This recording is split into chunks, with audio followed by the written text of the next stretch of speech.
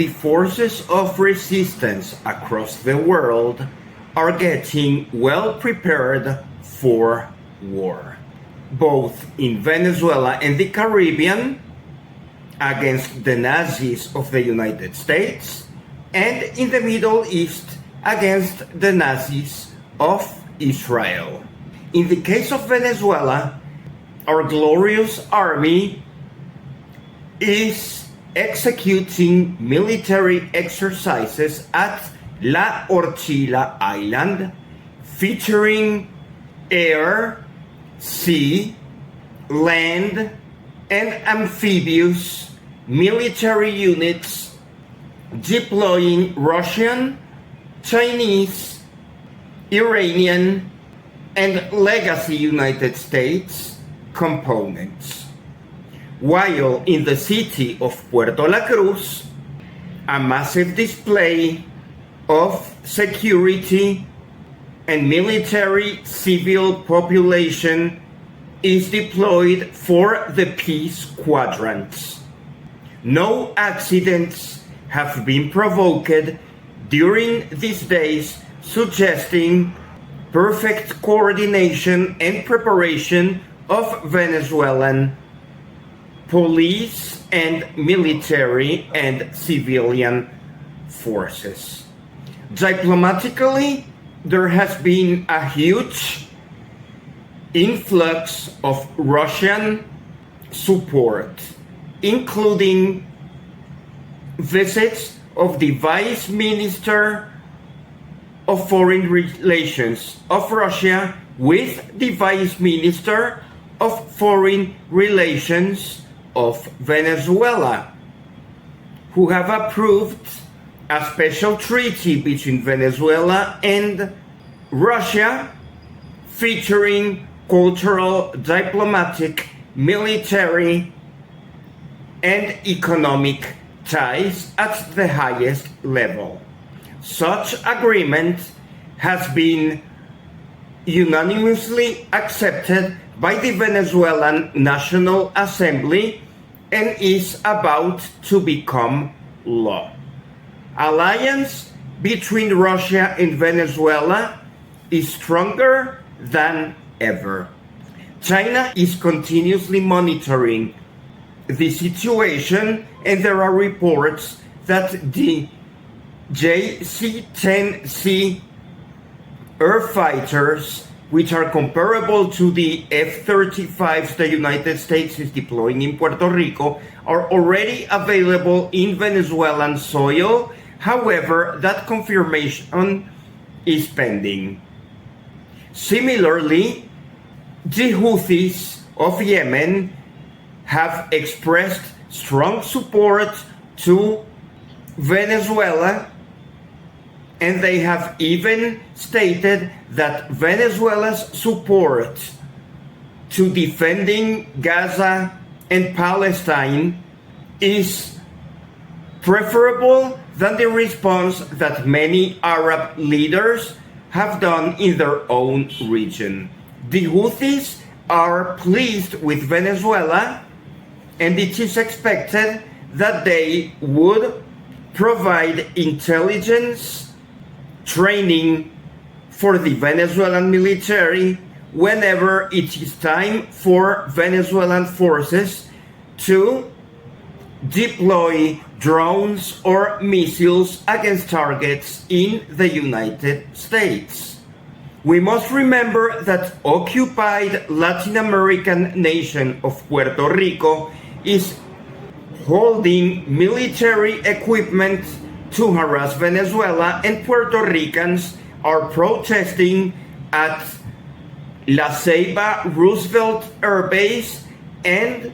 at the city of Lares, as Puerto Rico should eventually become independent and join CELAC, CARICOM, and other integration facilities for Latin American and Caribbean countries. United States Navy presence in Puerto Rico is deplored by most Caribbean nations with the exception of Trinidad and Tobago, whose government is receiving pressure to de-escalate their threats of providing Trinidad and Tobago territory to the disposal to invading Nazi American regime, which after occupying Venezuela could probably go to the conquest of the rest of South America and the Caribbean. North Korea is another great Venezuelan ally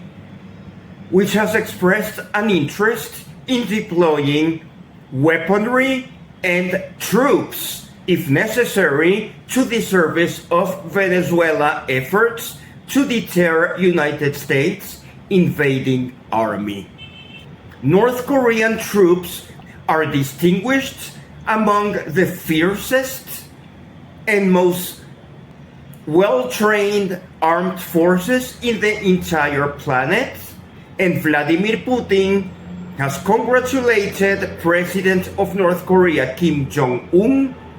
for providing such fierce North Korean troops to the service of the Russian Federation during the Ukraine special operations activities conducted by Russia into Ukraine since the year 2022. North Korea has recently deployed a Hawk drone, which is massive and probably the largest drone in the world, and such drone could easily destroy by itself a huge city such as New York. Venezuela would indeed serve as a suitable base to deploy the most advanced weaponry from our luxury of allies in the Eastern Hemisphere, and we would be at easy launching distance to the United States. Simultaneously, the Middle East is also experiencing a reshift of alliances. A spectacular agreement has been signed between the leadership of Pakistan and the Crown Prince of Saudi Arabia, Mohammed bin Salman, providing state-of-the-art nuclear deterrence capabilities from Pakistan to the service of Saudi Arabia, just in case Israel develops its expansion program, well known as Greater Israel, that would encompass Jordan and Saudi Arabia, as Israel wishes to expand their territory. Any Israel threat or attack into Saudi Arabia will be considered an attack into Pakistan, which is a country that holds nuclear weapons. It is suspected that Israel also holds nuclear weapons. However, the nuclear weapons of Pakistan are open for inspection to the international community, and they are well maintained, while the rogue nuclear capabilities of Israel have unknown features, and it is impossible to know what the reach is. Meanwhile, the Houthis of Yemen have been bombarding extensively all over Israel, including cities, highways, airports, and other infrastructure, while the Israeli army is trying to clean up Gaza, but it fails as Hamas is receiving sudden diplomatic and military support from all over the world. Another military alliance that is taking shape is the close Mediterranean neighbors of Israel, which are Turkey and Egypt. Military exercises will be conducted in the Eastern Mediterranean with highly capable NATO and Arab League armies of Turkey and Egypt, respectively. Naval ships will be wandering around the Eastern Mediterranean Sea just on time to escort the Gaza humanitarian aid ship that should be approaching Gaza during the end of September. And as we know, such ships never make it into Gaza because Israel never lets them dock in Gaza to provide necessary humanitarian relief to starving Gazans. This time, however, those humanitarian aid ships will be protected by the navies of Egypt and Turkey, which will be in the Mediterranean, making sure that the Gaza aid comes swiftly from the Mediterranean. Plans for annexation of Jerusalem and the East Bank on the part of Nazi Israel are out of the question, as most of the Arab League is completely opposed to the idea, and details will be made known in forthcoming United Nations General Assembly in New York meeting to be conducted next week. European countries have also deplored Israel's Nazi attitudes against Gaza and is no longer supporting the Israel army, and perhaps with the leadership of Turkey, which is part of NATO, with encouraging statements from Kaja Kallas, who is the foreign minister of the European Union. Support from the European Union into Gaza will increase, including the recognition of many European countries to the state of Palestine. Iran's position, however, remains that the state of Israel should no longer exist and the whole land should be provided to Palestine. At this time, this position seems extreme, and it looks like most countries will prefer a two-state solution. However, it will be interesting to know how the new conditions of Israel will become as the country is about to be destroyed by so many enemies it has formed during so many years of apartheid and Nazism from Israel against the Arab world. Europe is also in a difficult situation regarding the United States war against Venezuela, as European countries have historically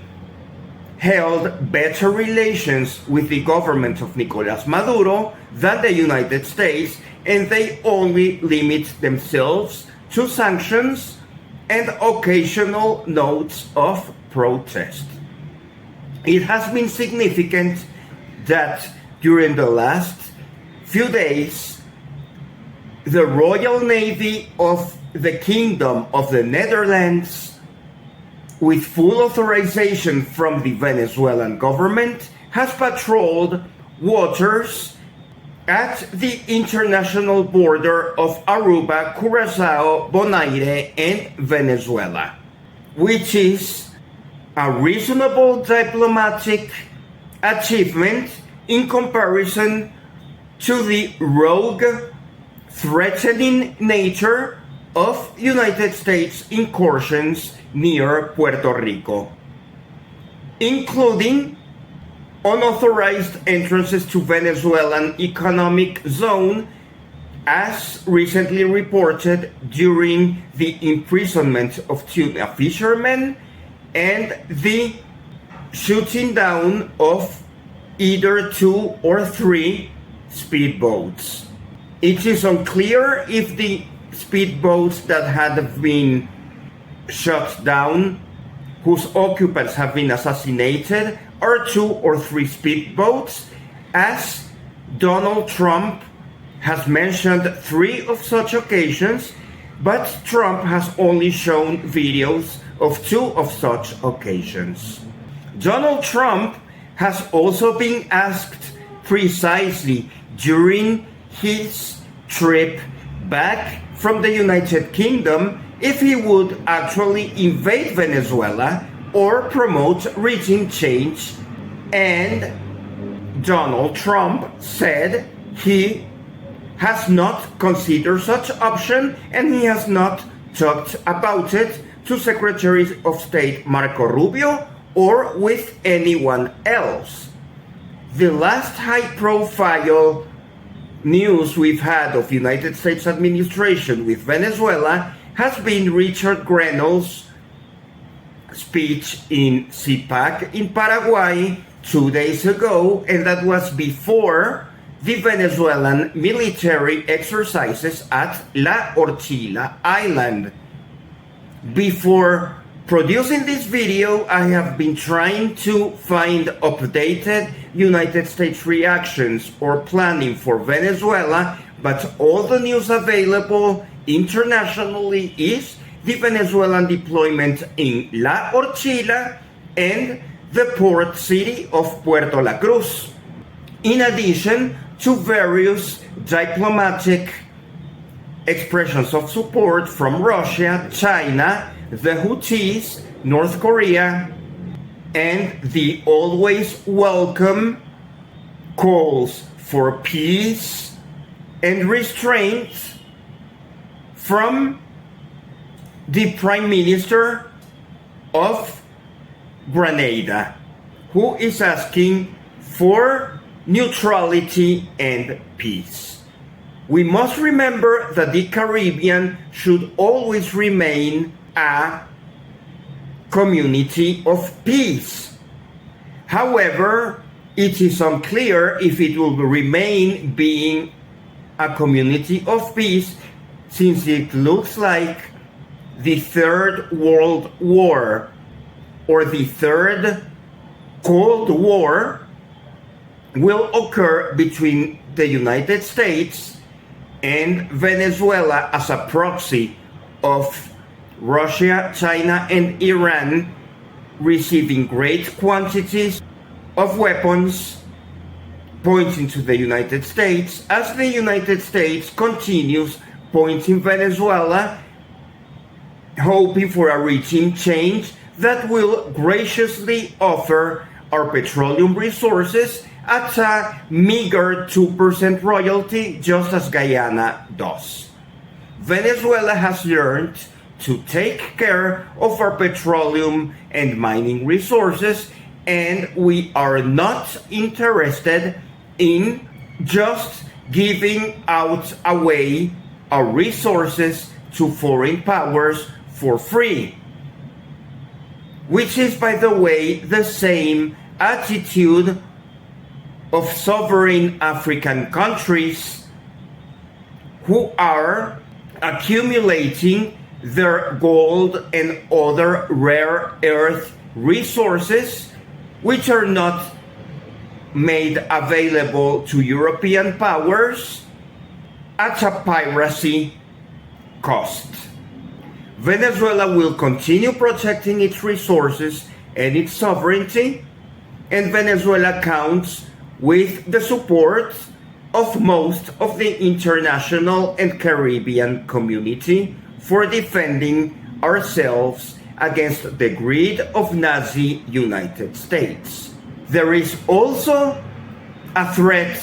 to Venezuela from Israel Mossad, which has always warned that they seek clearance to exterminate any Iranian presence we may have in Venezuela,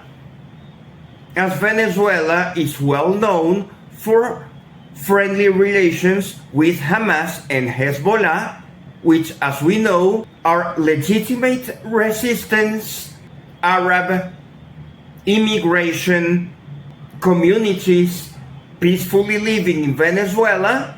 as they have been displaced from the Middle East during their decades-long war against Israel. The island of Margarita, in particular, and the city of Puerto La Cruz, where Diosdado Cabello was deploying the quadrants of peace. Eastern Venezuela in general has a sizable Muslim population, along with Russian and Iranian tourism. It is interesting to see road signs in Margarita Island written in various languages. Venezuelan society is becoming more multicultural, and we should be a rich melting pot of cultures, just as Guyana and Trinidad and Tobago have successfully blended African heritage with Indian, Hindu, Asian traditions. So is doing Venezuela with our recent Arab and Russian tourism and immigration. And of course, North Korean troops that will be welcomed soon into Venezuela will count with solidarity and warm welcome from Venezuela, as we have always had excellent relation with Chinese and other East Asian communities. Multiculturalism should be the way of the world. Talking about multiculturalism, we would like to provide some words of support to the multicultural candidate for mayor to the city of New York, which is the hosting city of the United Nations. The multicultural candidate of New York City is not to the liking of Donald Trump, which means that he is probably a suitable candidate for developing good relations with the various multicultural communities that are present in the city that never sleeps. And we look forward to the multicultural candidate to win the mayor of New York, so that he provides a strong opposition to Donald Trump's Nazi regime in the United States. It is quite refreshing to see how the tone of these videos has changed since a few weeks ago, when we first announced the invasion into Venezuela. Venezuelans were terrified a few weeks ago, as we thought that this was going to be the end of our country and that we would endure a horrible war such as Vietnam. We still look very carefully on the bravery of Vietnamese who were able to endure many years of war against the United States, and we know that remains a possibility. Venezuelans are clear that the United States military has the possibility of bombing our country out and put out of service many of our infrastructure, comparable to the destruction occurred in Syria, Lebanon,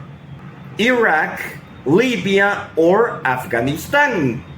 It is still possible that many of our infrastructure will be destroyed, and it is possible that many of our troops or civilians will be killed as the United States pretends to loot Venezuelan petroleum, gold, uranium, and other resources at any price. However, the exercises in Puerto La Cruz and La Orchila Island, reported today, are deploying to the world a Venezuelan military, police, and civil society perfectly able to resist invasion,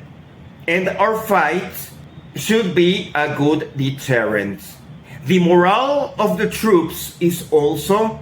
significant. Venezuelans are completely united in our quest to defend our country and our sovereignty, and we have identified traitors to the homeland who will be adequately prosecuted for encouraging foreign invasion, as such behavior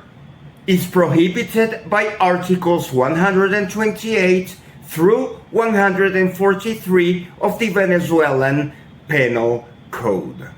And such traitors of the homeland will be dealt with at an appropriate time in the future. But in general, Venezuelans are completely aligned with the various branches of government led by President Nicolás Maduro to repel invasion from Nazi United States, as we support the Middle East against the aggression of Nazi regime of Benjamin Netanyahu. However, the United States troops are probably not well glued, as they receive public opinion reports constantly from their family members in the United States that the war Donald Trump and Marco Rubio is leading them to fight is morally wrong. It is piracy, and probably many of those United States troops know that they are meant to fight for looting another country's resources rather than a democracy that is not even present in the United States, given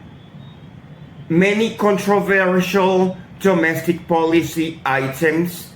in the United States that are horrifying Americans, which is suggesting to many people on this planet that the United States has become a fascist dictatorship. American troops,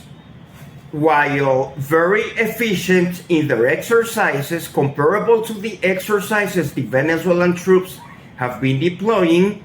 in Puerto Rico and La Orchila Islands respectively, might have combat face to face at any future time if President Donald Trump or Secretary of State Marco Rubio so decide. We look forward to the initiation of dialogues proposed by Richard Grenell, who at this time remains a hope for Caribbean and Western Hemisphere recovery of peace.